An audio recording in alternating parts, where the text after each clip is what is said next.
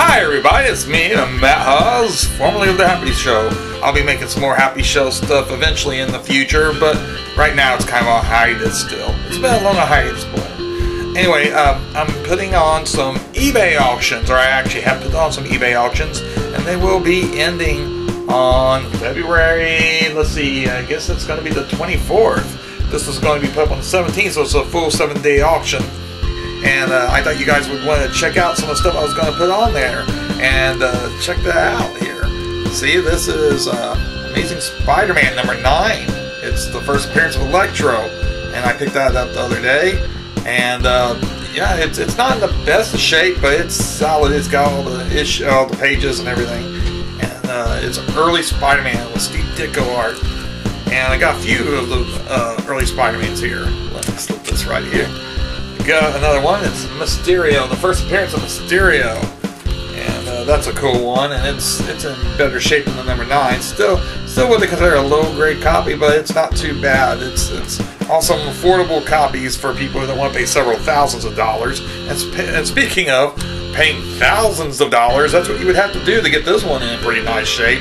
And it's the first appearance of the Green Goblin, one of the major Spider-Man villains. Some would argue that he is the major Spider-Man villain. Others would say Dr. Octopus, but he's definitely one of the very biggest anyway. And so there's that. That's going to be on auction, or is on auction. And then, let's see here. There's Amazing Spider-Man 134. Now this is a rough copy. The covers are actually detached and they're kind of brittle, but the interiors are fine. They're a good, good reading copy. And if you can't afford, a better copy than this, then at least you can add this one to your collection if you're so interested. And then there's another one here. It's Amazing Spider-Man 37, coverless, as you can tell, coverless. Again, it's similar in the sense that number 34 I just showed you, and that, well, it's a nice, copy to have for reading if you don't have one, if you just want to say you have one, because it can be pretty expensive getting it in, nice grades, or even decent, these are mid-low grades nowadays. And speaking of one that's really hard to get nowadays, Amazing Spider-Man 129, the first appearance of the Punisher, his first ever appearance. And this book is a beautiful copy. The thing is, there is a catch. It's got a water stain on the back of the cover. You can't even tell it from here. Around where Spider-Man is there, around where his arm is there, on the flip side of the cover is a spot, and that's the only real major damage. Otherwise, this thing can be very fine, maybe even close to near mint. I mean, it's a beautiful, and it looks beautiful. That's what's such a shame. You see this dead on. If you didn't, see the inside of the cover, just dead on, it looks gorgeous. And so that's one that, I mean, it can still fetch a bit there, but it's a way for you to get a really sharp-looking copy that is affected by that gray. It's affected by that, but it appears to be a lot nicer than it really is because of the rest of the book's gorgeous. So anyway, and now I got a few of these kind of books, notice in this auction, which is something, some defect, unfortunately, hinders the book, I guess. But in this case, it's what they call a remainder copy. Up here was the Detective Comics. Detective Comics number 204 with Batman and Robin. This is from 1954. It's, strictly speaking, post-Golden Age, pre-Silver Age. It's right in that area there. Before the Comics Code, though. And you can get early tell. Now, it's complete other than this top half of the cover being gone. And that was gone because back in the day, and I guess they still do it today at some places, if you're a newsstand distributor, or a retailer, rather, newsstand, people get their stuff at the newsstand. That is not comic book shops or specialty shops, but like grocery stores and stuff that still, what few still carry comics or any other magazines. If they don't sell the stuff, they can actually get a credit by returning returning those books. We as comic shops, we have a different setup with our distributors. We don't get to return the stuff, but we also get some other advantages, like we can order whatever we want in the catalog, however many copies we want. Basically, the newsstand distributors are stuck with however many or they're stuck with assortment that's, I guess, pre-selected. Most of them don't care because they're not specialty shops. They're, they just put the stuff out. If it sells, it sells. If it doesn't, they get their credit. So, and that was what that was about. The top was removed so that it could prove that it didn't sell, so they could give credit. And then somehow that made it into the hands of people anyway, which means it was supposed to be destroyed, but somebody didn't destroy it. And actually, that's a good thing, because there's a lot of good comics that you know, are hard to find that would have been lost if at least somebody had done that much. Anyway, that's your history lesson.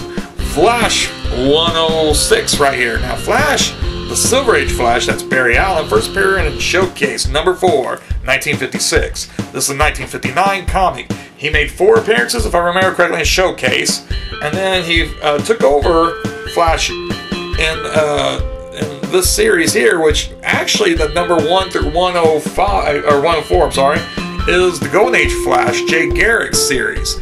With number 105, Flash is taken over by Barry Allen, which means that 106 is actually number 2 of the Flash. So think of this as the Barry Allen Flash number 2.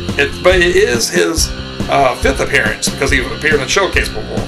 But whose first appearance is it? The Pied Piper, and on the inside, Gorilla Grodd and Gorilla City, 2 of the major members of the Rogues Gallery for the Flash. Here's 107, and 107 will be technically number 3 of that, and it's the second appearance of Gorilla Grodd on the first story in here. Neither of these covers did Gorilla Grodd get a cover feature. He takes the back seat to somebody else, and this is a case of a guy who can run backwards. So anyway, yeah, this is a bit rough, and it's missing a middle page. So yeah, it's kind of a bummer there, but you know, there's actually 2 stories in this book. The last one's complete. The first one, you're gonna wonder forever what happened. But actually, I figure people who are gonna bid on these, like that copy there, like some of those coverless copies, are people who just want to be able to own a copy, even if it's missing something of the original. Due to the high prices, it's hard to find them otherwise. Or maybe in cases like the coverless book or that one where it's the center page missing, maybe somebody out there has the parts that isn't missing. A lot of people aren't beyond, you know, piecing the 2 together to make one complete one. Especially when it's for collecting purposes, not resale purposes. Some people just, you know, want it for their own collection, and it doesn't bother them that the inside came from another copy, as long as they're both the original, from the original print run. Whatever people want to do with it, whatever floats their boats, fine, as long as they pay me my money. And this is the first appearance of Star Sapphire, the Silver Age Star Sapphire, which was Carol Ferris, which was the girlfriend of Green Lantern there, and she became evil and fought him.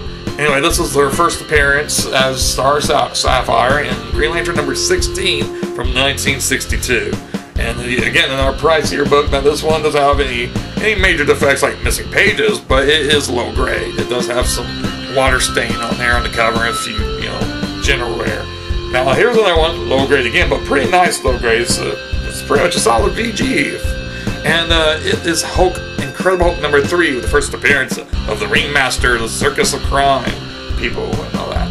And Hulk flying on the cover. Well, not really, he leaped, but they thought he was flying. And so basically, yeah, this is the 3rd appearance of the Hulk.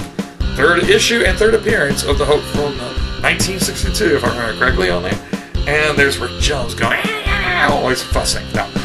So basically, that's a nice low-grade copy. It's only a VG, but it's a good solid copy. It has all the pages and the cover and everything. Then this is the new Batman number 1, Batman from the new 52. A nice copy of that, and that's been popular lately, so I decided to see what goes with that. And speaking of popular, you don't get much more popular right now than Walking Dead. And this Walking Dead number 10 first print, it's not quite near me, it's just below it because there's a little bit of stress on the spine, stress creases, but basically it's a very nice copy, about very fine there, very fine plus. And, you know, I figured somebody out there is going to want that one, add to their collection, because it's getting hard to get those early issues. And then right here, we have something really interesting. This is a page. I don't have the whole book. I picked up a collection that had bits and pieces of other comics, and this happened to be amongst that. And it's a page from Superman number 17 from 1942, which also features right there the first appearance of the Secret Citadel, which honestly, it's not exactly the Fortress of Solitude, but it is the precursor to it. That is basically Superman's original hideout, and then eventually it was reworked into being this Fortress of Solitude. But this is an actual page from it, and actually it's like 4 pages. This is like an overleaf I think I can show that. I don't want to get this thing roughed up by taking it out. I mean, it is just a page. It's like I said, about more like 4 pages, because when you open it, see, it's basically the center. I think the center page of that comic. So maybe somebody's got the comic and it's missing the center, and this is it right here. And I want to, you know, do that bit of chop shop stuff that I was talking about earlier. So anyway, yeah. But if nothing else, I mean, yeah, it's just a page. But I just thought maybe I'd see if somebody's interested in it, because what the heck, you never know. Somebody might just want to say, hey, I got the page where he's actually looking at the Secret Citadel, and it really did come from the 1942 issue, even if it's just that part of it. And so basically, that's what I got for comic books. And then I got some Magic cards, Magic the Gathering cards that I put up too. There's Ali from Cairo. Let's see, Ancestral Recall. There's the Bayou. Let's see, we got Berserk. Some of these are alpha, some of these are collector's editions and stuff like that. There's Gauntlet of Might. You can check on eBay and see what's what there. This is the Ice Manipulator. It's kind of rough, but it is the Ice Manipulator, and that one's a well sought after one. Mox Pearl. Singer Vampire, is that how you say it? Singer?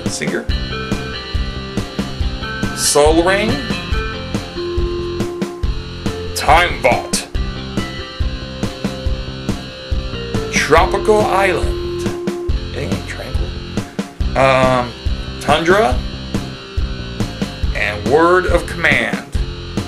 Like I said, they're from the different sets and series there. You can check on my eBay auction to see specifically which one. So yeah, I put up a selection of those on eBay, and that's all going to end in about a week from the time this video was originally posted. And if you're seeing this after the auction, well, then you're just getting a look at some of the stuff I put up and gander at that collection. So that's about it for now. I do plan to make some more entertainment videos and maybe some videos showing off some other stuff, because a lot of people like to look, it seems, at like different collections. You know, they get a kick out of it. So I might be putting up some more stuff too with toys and stuff, that for no other reason, just to share it so that people can see it, I guess. And I hope you have a great day. And that's it from me. I'm Matt Haas. Yay! Oh, by the way, yeah, check the description for the eBay thing. Yay!